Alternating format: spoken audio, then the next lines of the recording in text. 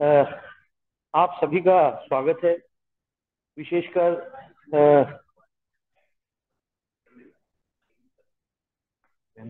आवाज तो आ रही है। बस विशेषकर जो जूम के माध्यम से हमें जुड़े हुए हैं, चाहे वह दिल्ली की आर्य समाजों से हो अथवा अन्य प्रदेशों से हो, अन्य देशों से भी हो। हमारे जो जूम से जुड़े हुए लोग हैं वह ज्यादातर अमेरिका और कनाडा के हैं। उन सबका स्वागत है। आपका भी स्वागत है। जो लोग आर्य समाज के सदस्य हैं, जिन्हें ऐसा लग रहा है कि बहुत सारी आज बहुत लोग आ गए हैं, एक 12 तारीख को कार्यक्रम हुआ था जिसमें मोदी जी आए थे। बहुत भव्य कार्यक्रम। मैंने आर्य समाज के जीवन में, अपने जीवन में इतना बढ़िया कार्यक्रम नहीं देखा और इतना बड़ा कार्यक्रम नहीं देखा। उस कार्यक्रम को आयोजन करने में लगभग लगभग 15 से 20 दिन का समय हमें मिला। सरकार के हस्तक्षेप, ठीक है ना जी, उनका सहयोग, और हमारे पास अवेलेबल जो लोग थे जो काम कर सकते थे, उन लोगों ने, आप इमेजिन नहीं कर सकते कि अगर अधिकारी लोग बैठे हुए हैं रात के 1:30 बजे तक, या सारी रात ही गए नहीं घर पे, ऐसे 65 लोग थे जो आज हमारे बीच में यहाँ उपस्थित हैं।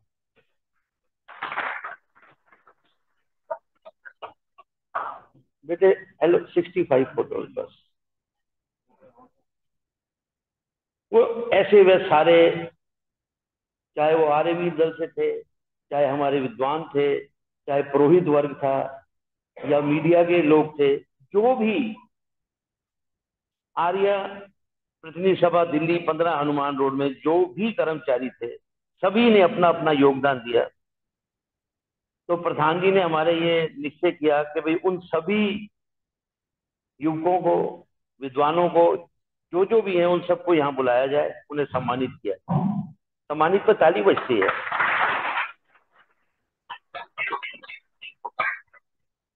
तो वह सभी आज हमारे बीच में है। आगे का कार्यक्रम जैसे जैसे चलेगा मैं आपको बीच में बता दूंगा। और आचार्य रामचंद्र जी, जो कि आर्य समाज कस्तूरबा नगर के हमारे पुरोहित हैं, विद्वान हैं। और आज जो हमारा प्रवचन का टाइम रहेगा वह 30 मिनट रहेगा, क्योंकि अगर हम बाहर से बुलाते हैं तो उनको जरा रोकना टाकना थोड़ा ठीक नहीं रहता। तो 30 मिनट के लिए वैदिक वैदिक विद्याओं का महत्व, जी, अगले 30 मिनट तक।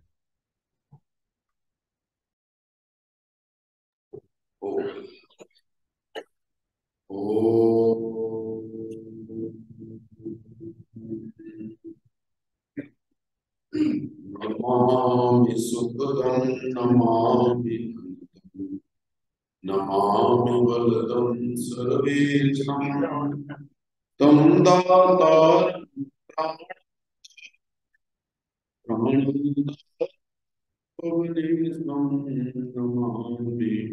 अनलं नमामि नमामि वरदं सर्वेशं। हमारे आदरणीय मंत्री जी श्री जयशंकर जी और हमारे महामंत्री दिल्ली आयुक्त सभा श्री विनय आर्य जी, खट्टर साहब, और बहुत सारे हमारे आदरणीय जयप्रकाश शास्त्री जी और बृहस्पति जी, बहुत सारे बंधु बैठे हुए हैं जिनके प्रयास और साथ और प्रयत्न से एक बहुत ही बड़ा, जैसे आज मंत्री जी बता रहे थे, ऐसा कार्यक्रम सफल हुआ है कि जिसकी प्रशंसा जितनी की जाए कम है। लेकिन मेरा सब्जेक्ट है दूसरा, मैं उस पर थोड़ा विचार करूंगा।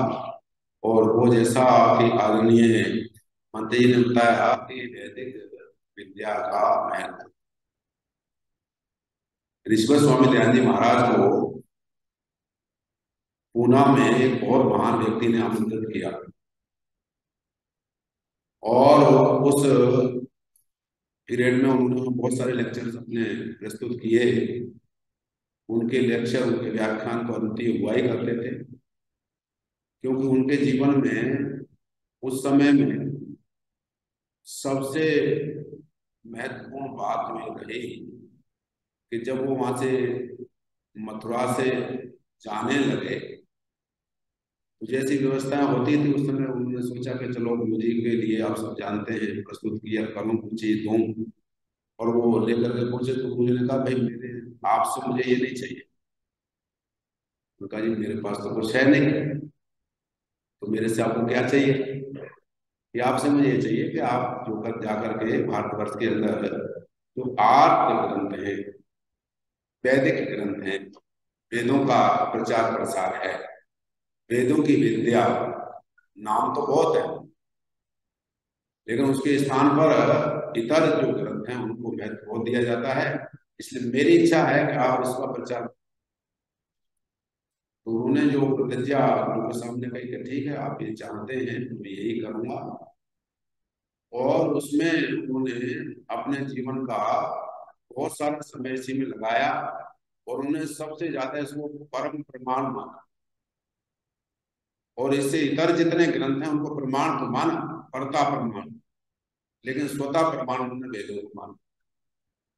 और जगह जगह अपने ग्रंथों में इस प्रकार की चर्चाएं की कि अगर संसार में भय भ्रांति और भ्रम अगर किसी के चिंतन से समाप्त हो सकता है समाज से, या व्यक्ति में या समाज में एक आ सकता है, परिवार में समता आ सकती है, तो वो केवल मात्र वैदिक विद्या है। इससे इतर कोई भी विद्या ऐसी नहीं है कि जिस विद्या के द्वारा, हाँ ठीक है सब्जेक्टों का ज्ञान है होना चाहिए, हमें हर सब्जेक्ट का ज्ञान में प्राप्त करना चाहिए, क्योंकि हमारे साथ इस बात की चर्चा करते हैं कि विद्या को भी जानो और विद्या को भी जानो। लेकिन उन्होंने महत्वपूर्ण ये दिया कि जीवन के अंदर जो विद्या है, और आप सुनते हैं चिंतन करते हैं सा विद्या या मुक्त है, विद्या कौन सी है तुम्हें मुक्ति दिला दे? किससे? हम सब संसार के व्यक्ति छूटना चाहते हैं, किससे छूटना चाहते हैं? कष्टों से, प्रॉब्लम से, जो जीवन के अंदर प्रॉब्लम आ जाती है उससे हम मुक्त होना चाहते हैं। तो हमारा जन्म ही, कहते हैं जन्म ही दुख, जन्म दुखम, जन्म ही दुख है। जब व्यक्ति संसार में आता है बालक तो वहां से दुख प्रारंभ हो जाता है, लेकिन वो सुख सुख में कैसे कन्वर्ट, उसको हम सुख में कैसे बनाए? तो इसकी जानकारी, इसकी प्राप्ति या इसका पता हमें केवल मात्र वेदों से मिलता है। और वेदों के ज्ञान के लिए, वेदों की प्राप्ति के लिए ऋषिवर ने कहा कि मैं हम थोड़ा थोड़ा, हमारे समाज ने तो बड़ा उपकार किया है सारे विश्व का, कि थोड़ा थोड़ा हमें संस्कृत का ज्ञान होना चाहिए, हमें थोड़ा संस्कृत ग्रामर का ज्ञान होना चाहिए। नहीं तो आप देख रहे हैं आज के परिप्रेक्ष्य में, आप देखिए कि आज भी लोगों को अगर किसी से पूछा जाए, हम देखते हैं क्योंकि हम क्षेत्र में जाते हैं, संस्कारों में जाते हैं, तो हम देखते हैं हमारे पुराने भाई कि भाई शनि मंत्र बोलो, देवी मंत्र बोल दिया, बुद्ध का मंत्र बोलो, बुद्ध मंत्र बोल दिया। अरे भाई, ये वेदों को जानने वाले और ज्ञान से बुद्धि भरे होने के बावजूद भी, बुद्धि ज्ञान से भरी हुई है, ज्ञान की कोई पराकाष्ठा है, बुद्धि में बहुत ज्ञान है, लेकिन हृदय में सूखा पड़ी हुई है। बुद्धि में ज्ञान है और हृदय में सूखा है, तो नहीं वहां प्यार है, नहीं वहां एकता है, नहीं एक दूसरे का सम्मान है, नहीं एक दूसरे पर विश्वास है। संदेह ही संदेह बना हुआ है। क्यों? कि केवल मात्र ज्ञान से काम नहीं चलता। ज्ञानम भारम क्रिया बिना, अगर ज्ञान का प्रयोग नहीं है तो भार बन जाता है, सिद्धांत केवल सिद्धांत तक रह जाता है और सिद्धांत का कोई उपयोग नहीं होता। इसी ने अपने जीवन में उस समय बहुत सारे लोगों से समझौता कर सकते थे, वो चाहते थे, लेकिन किसी से समझौता नहीं किया। वेद को ही परम प्रमाण माना और वैदिक चिंतन को ही हमारे कल्याण की बात कहा। वो चाहते तो बहुत सारे लोग उनके साथ मिल लेते और जाकर के, लेकिन नहीं, उन्होंने अपनी बात की। ऐसा बल कहां से आया? ये बल उनके जीवन में कहां से आया? ये बल उनके जीवन में आया वैदिक विद्या का चिंतन करने के कारण। परमात्मा मेरे साथ है और परमात्मा की जो वाणी है उसका मैं प्रचार प्रसार कर रहा हूं, तो व्यक्ति रास्ता रोकेंगे, और रास्ता रोकने वाले कोई कठोर नहीं है मुझे। लेकिन मैंने जो बात कहनी है वो बात इसलिए कहनी है कि ये बात सत्य है, और मेरी बात केवल मात्र यही सत्य नहीं है, इस बात को मैं ही नहीं मान रहा, ब्रह्मा से लेकर के और जैमिनी तक। इसलिए उन्होंने कहा कि वेद विद्या को तो हम माने, लेकिन वेद का मीनिंग क्या है? तो तो वेद का मीनिंग कहा उन्होंने कि वेद का 4 मीनिंग है। वेद मानी ज्ञान, वेद मानी सत्ता, वेद मानी विचार, और वेद मानी लाभ। सब चीज इनमें इंक्लूड हो गई, सारी चीजें आ गई, कोई भी नहीं बचा। वेद संसार की वो सत्ता है जिसका ज्ञान पूर्वक विचार करने से हमको लाभ होता है, और ज्ञान पूर्वक विचार नहीं करेंगे तो हमारा कोई लाभ उससे नहीं होगा। आज सारे हम और आप देखते हैं, बड़े हम सब बैठते हैं, संध्या में बैठते हैं, मन लगाते हैं, तो उसमें प्रश्न आता है यदि हम संध्या तो करते हैं लेकिन मन नहीं लगता। जैसे कि हमारे संध्या के समय ही कुछ विचार ऐसे बैठे रहते हैं कि वो देखते हैं कि तुम संध्या में बैठो और अभी हम आए तुमको दिखाते हैं कैसे तुम संध्या में मन लगाते हो, और वो आकर जैसे तैयारी में बैठे होते हैं, जैसे ही हम संध्या में बैठे विचार चलना शुरू हो जाते हैं। तो ऐसा क्यों होता है जी? इसका कारण क्या है? इसका कारण उन्होंने लिखा कि इसका कारण है कि अभी कहीं ना कहीं हमारी तपस्या में कमी है, हमारी साधना में कमी है, और जब तक साधना में कमी रहेगी तो नहीं व्यक्ति पे प्रभाव पड़ेगा, नहीं अपने, प्रारंभ तो अपने से होगा, इकाई तो व्यक्ति है।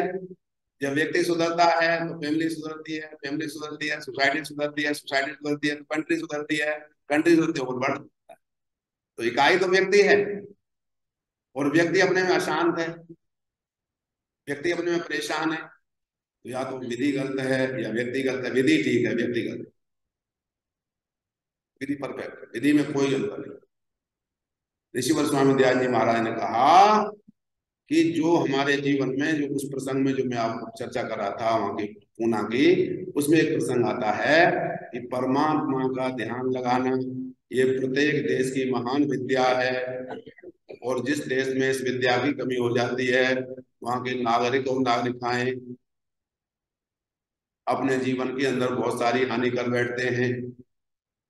पूजा करना, प्रार्थना करना, प्रार्थना का जो भाव लेकर प्रार्थना करना, और प्रार्थना में बैठ करके बस जिससे प्रार्थना कर रहे हैं उस प्रार्थना में इतने मग्न हो जाना कि बस आनंद ही आनंद आए, प्रसन्नता ही प्रसन्नता आए, जीवन खिल जाए, मस्ती आ जाए, विश्वास पैदा हो जाए, तो निश्चित रूप से ये वैदिक विद्या हमारा कल्याण करती है। और संसार में इस विद्या से उत्तम विद्या कोई है ही नहीं। इस विद्या से उत्तम पहला ही मंत्र आप पढ़ते हैं, हम और आप पढ़ते हैं, जो सन्नो देवी नमस्ते, समन करता है किसका? जो भी हमारे अनिष्ट हैं, जिनसे हमें खतरा हो सकता है, हानि हो सकती है, परेशानी हो सकती है, उन सारी परेशानियों का निवारण करने वाली कोई सत्ता है तो कौन है? वो परमपिता परमात्मा है। लेकिन इसका विश्वास हमें कब होगा? इसका विश्वास हमें होगा कि बार बार बार बार बार बार रिपीट करना। किसी भी चीज को कहते हैं ना, कोई चीज बार बार रिपीट करते हैं हम, आप तो हमारे मन का सब्जेक्ट बन जाती है। ज्ञान हमारी आत्मा की खुराक है, और भोजन हमारे शरीर की खुराक है, तो भोजन तो हम रोज लेते हैं, लेना चाहिए, बॉडी चलेगी नहीं। लेकिन जैसे ही ज्ञान नहीं मिलेगा तो हमारी आत्मा नहीं चलेगी, आत्मा हमारी। इसलिए आप सब सुधी लोग बैठे हुए हैं, विचारशील लोग बैठे हुए हैं, अपने लोग बैठे हुए हैं। आज हमको आपको हम आप देख रहे हैं कि प्रार्थनाओं के अंदर बड़े बड़े अच्छे अच्छे भाव लेकर के प्रार्थनाएं हो रही है, और उस प्रार्थना के अनुसार संसार को देखा जाए तो आज का संसार तो बड़ा बहुत सुखी हो जाना चाहिए था, आनंद से भर जाना चाहिए था, कोई प्रॉब्लम होनी ही नहीं चाहिए थी। लेकिन प्रॉब्लम प्रॉब्लम क्यों? प्रॉब्लम इसलिए है कि एका शब्दा सुप्रयुक्ता सम्यक जाता स्वर्गे लोके काम दो भवती। भाष्यकार पतंजलि लिखते हैं कि भाई संसार में एक ही शब्द कल्याण कर सकता है। हमारे पास तो बहुत ज्ञान भरा हुआ है, हमारा मस्तिष्क तो ज्ञान से भरा हुआ है, उस ज्ञान को हम जीवन के अंदर अच्छे प्रकार से उसका प्रयोग कर सकते हैं, लेकिन वो ज्ञान जो है हमारे अपने जीवन में उतर नहीं पा रहा। वर्षा तो बड़ी हुई लेकिन वर्षा से भीजे बिल्कुल नहीं। बरस बरस बरस बारी, पंडित चंद्रकांत जी स्वामी जी महाराज का गीत है, बरस बरस बरस बारी, मैया बरस बरस। तू वर्तय में जीवन भर, तू वर्तय में दिलवर नाव अपने आप विसारी।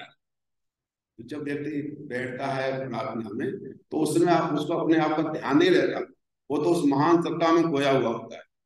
और फिर जब महान सत्ता में वो खोया हुआ होता है तो उस सत्ता से छिपा हुआ क्या है हमारा?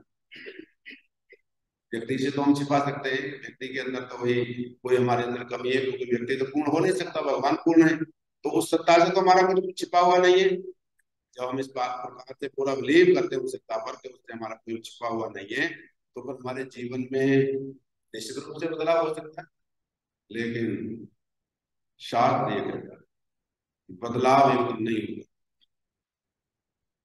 एक राजा बीमार हो गया और दूर दूर से सारे लोग आए कि साहब इसके लिए दवा दो। वैद्य आए, डॉक्टर्स आए, हकीम आए, और राजा को ऑपरेशन, बचने का कोई हाल ही नहीं। तो एक साधु बुलाया कि भाई इसी को दिखा लेते हैं, ये भी बहुत ज्ञानी है, कोई दवा दे देगा।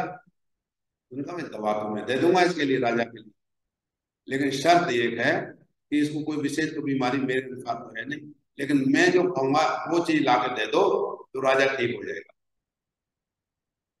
तो क्या बात है, पर बताओ आप कि इसके लिए ऐसा करो कि जाओ शहर में जाओ, दो चार लोगों को भेजो, एक ऐसा अच्छा सा कोट लाया जाए जो अच्छा हो, देखने में फर्स्ट क्लास हो, लेकिन जिससे हम कोट लाओ तो उसको ये पूछ लेना कि वो अशांत तो नहीं है। सिपाही लोग बोले 2 मिनट की बात है, हम जाते हैं शहर में। जब गए जाकर घूमने तो अजय साहब हमें जो है कोट चाहिए, राजा को देना है। तो तुम्हारे घर में शांति है? कहते धन दान तो हमारे पूरा है, लेकिन शांति नहीं है हमारे यहाँ। आज हमारे प्रधान जी आ रहे हैं, आनंद चौहान जी, आइए स्वागत।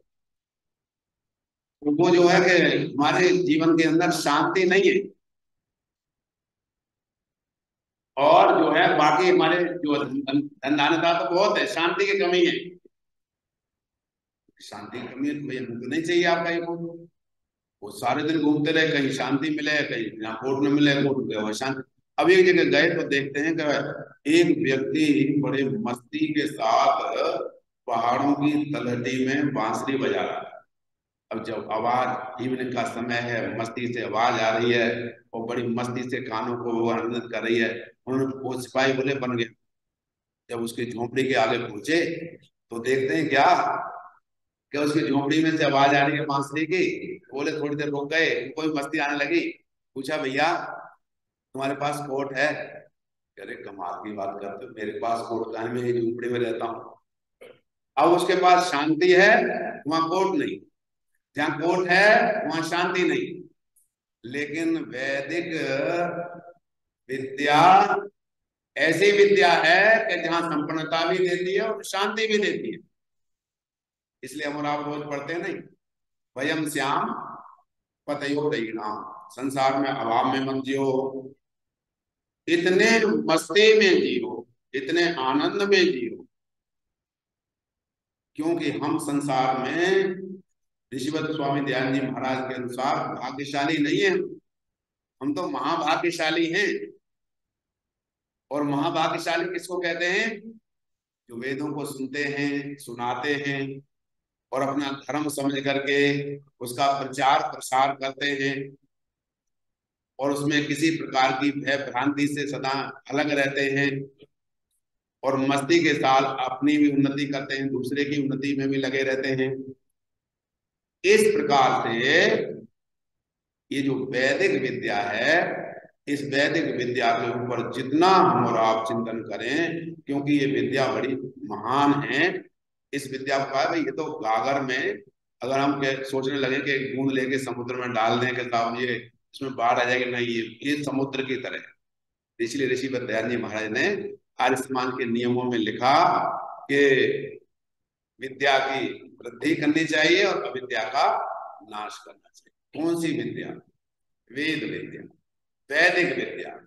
इस विद्या को जितना हम समाज में, राष्ट्र में फैलाएंगे तो निश्चित हमारे राष्ट्र के अंदर संपन्नता होगी। हमारे राष्ट्र के जो युवक युवतियां हैं ये महान बनेंगे, चरित्रवान बनेंगे, बलवान बनेंगे, विद्वान बनेंगे, और सबका जीवन आनंद से भरा जीवन होगा। इसलिए शास्त्र यही कहता है। और ऋषि वैद्यानंद जी महाराज जो हमारे गुरु हैं, जिन्होंने हमें आदेश दिया है कि हम अपने जीवन के अंदर 8 ग्रंथों को पढ़ें। 8 ग्रंथों को छोड़ करके कोई भी ग्रंथ जो है हमारे लिए शांति नहीं दे सकता। 8 ग्रंथ वो ग्रंथ हैं, थोड़ा पढ़ेंगे ज्यादा मिलेगा, और अनाथ ग्रंथ वो ग्रंथ हैं, ज्यादा पढ़ेंगे कुछ भी थोड़ा नहीं। इसलिए दयानंद जी महाराज ने हम सबका बड़ा उपकार किया है, और उस उपकार को, हम उनके उपकार को कभी भुला नहीं सकते। उस उपकार के लिए हम सदा जीवन के अंदर अपने जीवन में धारण करेंगे, तो निश्चित हमारा कल्याण होगा, और उस कल्याण से ही जीवन हमारा सफल बनेगा, सुखद बनेगा। लेकिन अपने जीवन को हमने जो भी जितना भी करते हैं, तब थोड़ा थोड़ा, धीरे धीरे रे मना धीरे सब कुछ होए, माली सींचे सो बड़ा ऋतु आए। अगर माली छोटी अवस्था में सोच ले कि भाई वो बंदरों वाला हिसाब है, कि बंदरों ने क्या काम किया कि रोज देखते थे माली रोज गुलेल मारता था उनको। एक बार एक बूढ़े बंदर ने कहा कि भाई रोज गुलेल पत्थर मारता है, क्यों नहीं हम अपना बगीचा लगा ले और अपने आम खाएंगे रोज रोज। उन्होंने कहा कि भाई इसकी व्यवस्था, सारे बंदरों ने कहा कि तुम ही बताओ व्यवस्था, तुम बूढ़े हो सबसे, कि भाई व्यवस्था एक है कि हम अपने अपना ही बगीचा लगा लेते। अब बंदर तो बंदर ही, आप जानते हैं, बगीचा लगा लिया, गुठली गाड़ दी जमीन में। अब गुठली गाड़ने दूसरे दिन आकर के गुठली उखाड़ के देखी कि इसका पेड़ तो बन ही नहीं रहा, और पेड़ तो उखाड़। तो धीरे धीरे रिलैक्स मन से होकर कोई कार्य करते हैं, 100% सफलता मिलती है। और उस सफलता में, हमारे सफलता के अंदर हमारा कल्याण होता है। इसलिए ऋषि वैद्यानंद जी महाराज ने हमको, आपको इतने सूत्र दिए हैं कि शायद 19वीं शताब्दी में इतना कोई दे नहीं सकता। जितना वो व्यक्ति हमें दे गया, वो महान व्यक्ति हमें दे गया, उतना कोई दे नहीं सकता। अनेकों उनकी जीवनी में पढ़ो, हर जगह उनको पढ़ो, कहीं किसी प्रकार का विषाद ही नहीं आया। वेलकम किया किसी ने, नो विषाद, सम्मान किया, नो विषाद। हर समय जो है मस्ती रही जीवन के अंदर। तो मस्ती कब आती है? मस्ती तब आती है जब जीवन के अंदर निर्भीकता आ जाए। जब जीवन के अंदर निर्भीकता आ जाए, जब जीवन के अंदर प्रसन्नता आ जाए, तो व्यक्ति संध्या या वैदिक विद्या को अपनाता है, तो व्यक्ति मस्त हो जाता है, रिलैक्स हो, क्योंकि वहां का वाइब्रेशन, आवाज, तो साइंस का जो आप जान रहे हैं कि गायत्री मंत्र में एक बार बोलते हैं अच्छी प्रकार की साउंड पैदा होती है, ओम हम बोलते हैं साउंड पैदा होती है, अच्छे वाइब्रेशन आते हैं। तो संध्या करने वाला परेशान है, संध्या करने वाला बेचैन है। क्यों बेचैन है? सुन सुन हाथी हाथी जल में रह के मीन प्यासी, पानी बरस रहा है और प्यासा है। प्यासा इसलिए है कि या तो उसने मुंह बंद कर लिया, या पानी के आनंद को नहीं लिया। ऋषिवर ने हमें यही बताया कि संसार के लोगों, आओ, कहाँ इन पत्थरों को उठा रहे हो? अरे हीरे बिखरे पड़े हुए हैं, इन मोतियों का चयन कर लो। और वो हीरे हैं, एक एक शब्द वेद का हीरा है, और हमारे आपका आधार जो है वेद है। इसलिए आप सब ने, मुझे आज बड़ा मेरा सौभाग्य रहा कि आदरणीय मंत्री जी ने, हमारे प्रधान जी ने मुझे ऐसा समय दिया कि जिसमें मेरे से ज्यादा बड़े सुधी लोग आए हुए हैं, जिनका अपना सब्जेक्ट ही रहता है ये। तो मैंने तो थोड़े से विचार आपके जवाब निवेदन किए। मैं आप सबका धन्यवाद करता हूँ और आप सबको प्रणाम करता हूँ। बहुत बहुत धन्यवाद।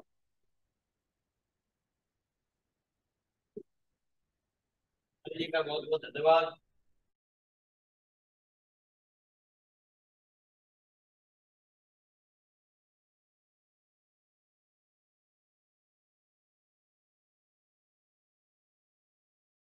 और ये हमारी एक साप्ताहिक एक्सरसाइज है, जिसमें कि पिछले हफ्ते हमारे किसी भी ऐसे सदस्य का, चाहे वो जूम से जुड़े हुए हैं और चाहे वह यहाँ बैठे हुए हैं, उनके, मेरे पास है, उनके जन्म दिवस हम वैसे ही जूम पे ही मनाते हैं। ठीक है ना जी? तो आज जो है जिनका 14 मार्च को यह श्रीमती प्रतिभा सरीन और श्रीमती अंजू बजाज जी आई हुई हैं। अच्छा, ऑनलाइन है, ठीक है।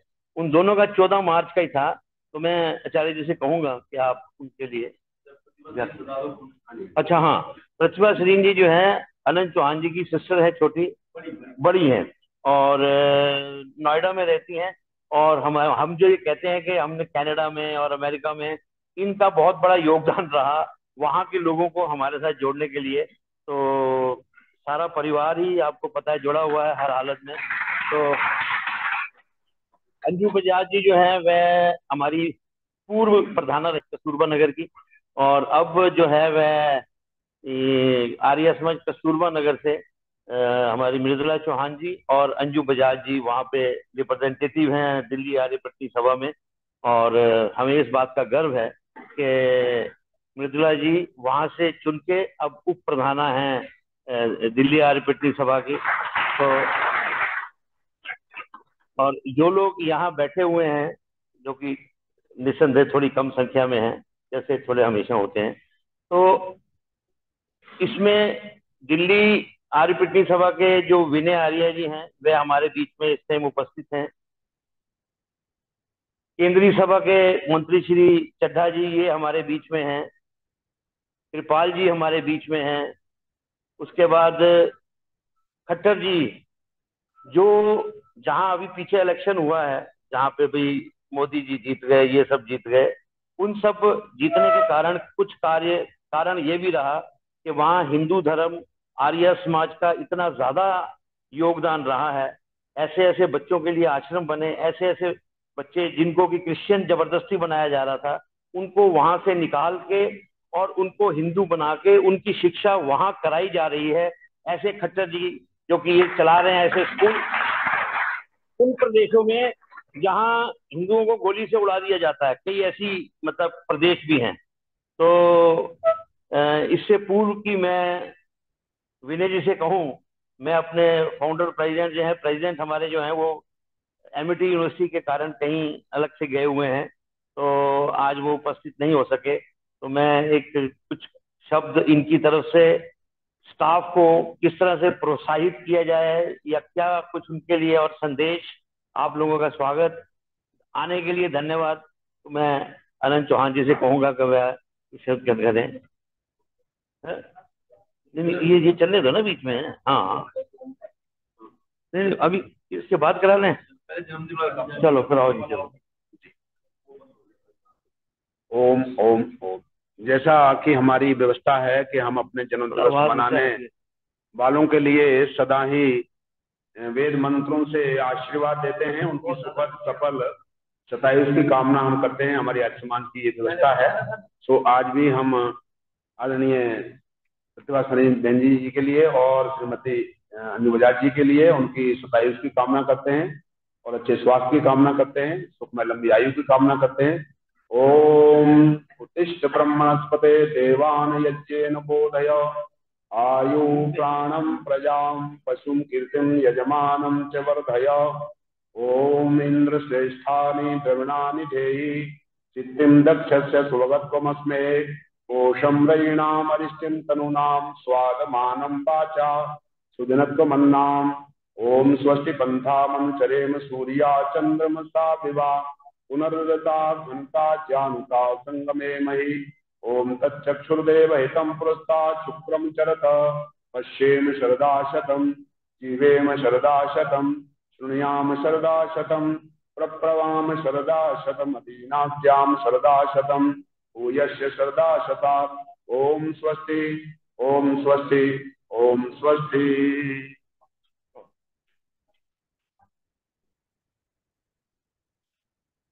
जो लोग हमारे साथ जूम से जुड़े हुए हैं, अब उनकी इस जूम यात्रा की समाप्ति यहीं होती है और आगे